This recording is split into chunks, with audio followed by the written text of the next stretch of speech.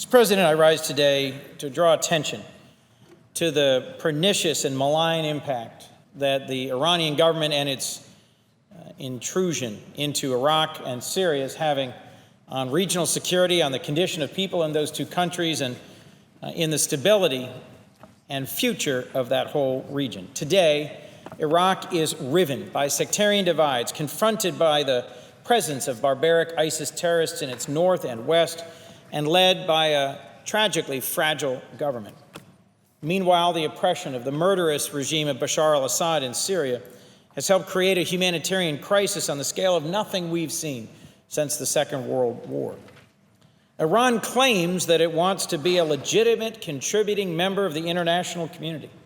But despite those claims, Iran has played and continues to play a major role in fomenting instability in Iraq and Syria and in exacerbating security, political, and military crises in both countries. So today I'd like to give just a brief overview of the tragedies of Iraq and Syria, explain Iran's destabilizing role in each country, and highlight a number of steps I think the United States can take to counter Iran's dangerous influence.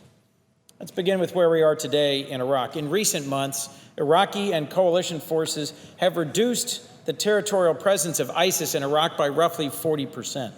Since taking office in 2014, Prime Minister Haider al-Abadi has taken concrete steps to reduce corruption, to share power with Sunni and Kurdish leaders, and to form a competent technocratic government that can deliver real results for the Iraqi people and reduce the many grievances that have forced Iraqis into the arms of extremists.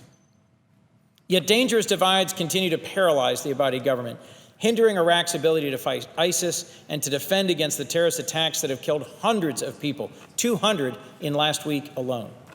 As coalition forces retake land previously captured by ISIS, ISIS appears to be bringing its savage and barbaric tactics to the capital city of Baghdad in brutal attacks in recent days, and to other cities in an attempt to stoke sectarianism and to distract the Abadi government from its efforts to retake the major city of Mosul. Sectarian divisions among the Iraqi people and within the government itself make political reconciliation and a coherent national military campaign against ISIS even more difficult. Syria, meanwhile, faces a nearly unimaginable humanitarian crisis. Since March of 2011, more than 400,000 Syrians have been killed and more than 1 million injured because the Assad regime has engaged in a murderous campaign against its own people in order to cling to power. Some estimates put the number of dead as high as 500,000 Syrians. Nearly 5 million Syrians have been forced out of their own country, with 6.5 million displaced internally and 13.5 million in need of humanitarian assistance. And even more tragically, a huge number of those Syrians have been unable to receive international aid or relief because the Assad regime blocks access to international aid organizations.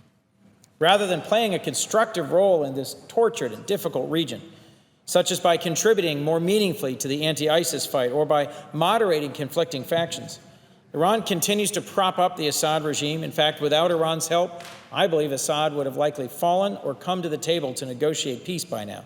Iran instead continues to foment instability and sectarian violence and support terrorism. In Iraq, Iran continues to fund Shia militias that seek to capitalize upon and exacerbate tensions between Iraq's Sunni, Shia, and Kurdish populations. Iranian-backed Shia militias have pushed ISIS out of some areas, but rather than allowing Sunni civilians to peaceably return and rebuild, they've engaged in killings and human rights violations against the very Sunni communities they've just liberated from ISIS. According to Human Rights Watch, in response to ISIS bombings in the Iraqi town of Muqaddiyah in January of 2016, Shia militias, and I quote, demolished Sunni homes, stores, and mosques, and abducted and killed dozens of Sunni civilians. This is just one of many examples of atrocities committed by Iranian-backed Shia militias in recent months. These killings only further raise tensions and drive more recruits to ISIS and other extremist groups. In Syria, Iran has joined Russia in providing the aid that has kept the Assad regime in power, despite hundreds of thousands willing to fight against Assad, and despite the coordinated effort of many countries. Although Iran's government denies the presence of its military forces in Syria, it's clear that in addition to financial support and weapons, Iran has sent thousands of its own troops to reinforce the murderous regime of Assad. One estimate puts the number of Iranian forces in Syria at 3,000, including 2,000 of the elite Quds Force, a select group of fighters from the Iranian Revolutionary Guard Corps, the hardline group dedicated to preserving the reactionary Iranian government. In total, more than 700 Iranians are believed to have been killed in Syria, directly contradicting Iran's claims that it's not involved in the conflict. Iran, in fact, recently doubled down on its support for Assad by sending soldiers from the regular army, from the regular Iranian army, to join the IRGC troops on the ground in Syria. And there's rumors they are even mobilizing and deploying Afghans and others from the region to join militias in support of Assad. Although it remains clear that a lasting resolution of the Syrian conflict will be impossible until Assad leaves power, Ali Akbar Velayati, a senior advisor to the Iranian Supreme Leader Khamenei, said in a recent televised interview, quote, "The removal of Assad is a red line for us. As long as Iran continues to increase its support, its military support, its financial support for Assad, it will bear direct responsibility for the carnage in Syria, rising extremism on all sides of the conflict, and the humanitarian exodus from Syria that is causing massive suffering and destabilizing countries on 3 continents.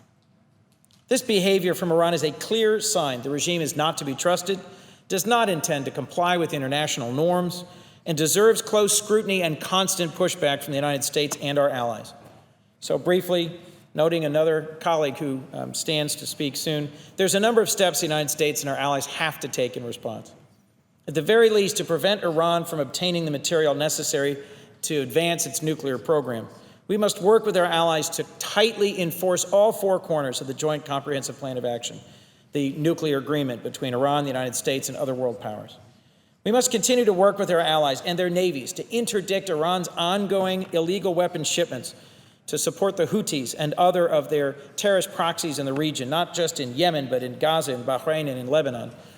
In February, U.S. forces have participated. Since February, U.S. forces and allied navies have on at least 3 occasions interdicted in international waters shipments of thousands of AK-47s, anti-tank missiles, grenade launchers, sniper rifles, and other weapons destined from Iran to the Houthi rebels in Yemen. The United States must continue to maintain sanctions on Iran for its support for terrorism, its human rights violations, and its continued illegal ballistic missile tests.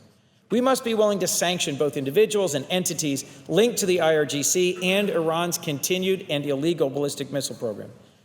In addition to punishing Iran for its dangerous and its provocative behavior, these actions also send a signal to Iran that the international community won't tolerate its ongoing bad behavior. We have to use diplomatic channels to urge countries like Russia to not sell more dangerous arms to the Iranian regime, allegedly defensive arms that will simply further destabilize the regime, and to press Russia to allow UN Security Council action in response to Iran's recent ballistic missile tests. Finally, we have to continue to make smart investments in training, technology, and innovation on which our military depends. America's ability to push back on Iran critically depends on maintaining a credible conventional military deterrent. So, Mr. President, the United States must do everything we can to support our allies in the Middle East, in particular by strengthening our partnership with the State of Israel, by concluding a new 10-year memorandum of understanding that provides a reliable, long-term, and significantly enhanced pathway towards support. Senator Graham and I, along with 81 of our colleagues, recently wrote a letter to the President urging the administration to support a stronger MOU to ensure Israel has the resources it needs to defend itself in this chaotic region. Mr. President, in closing, in the years to come, I hope this body will be just as dedicated to enforcing the terms of the nuclear agreement with Iran and pushing back on Iran's continued dangerous behavior outside the parameters of the deal as we were in the months leading up to its consideration in this body.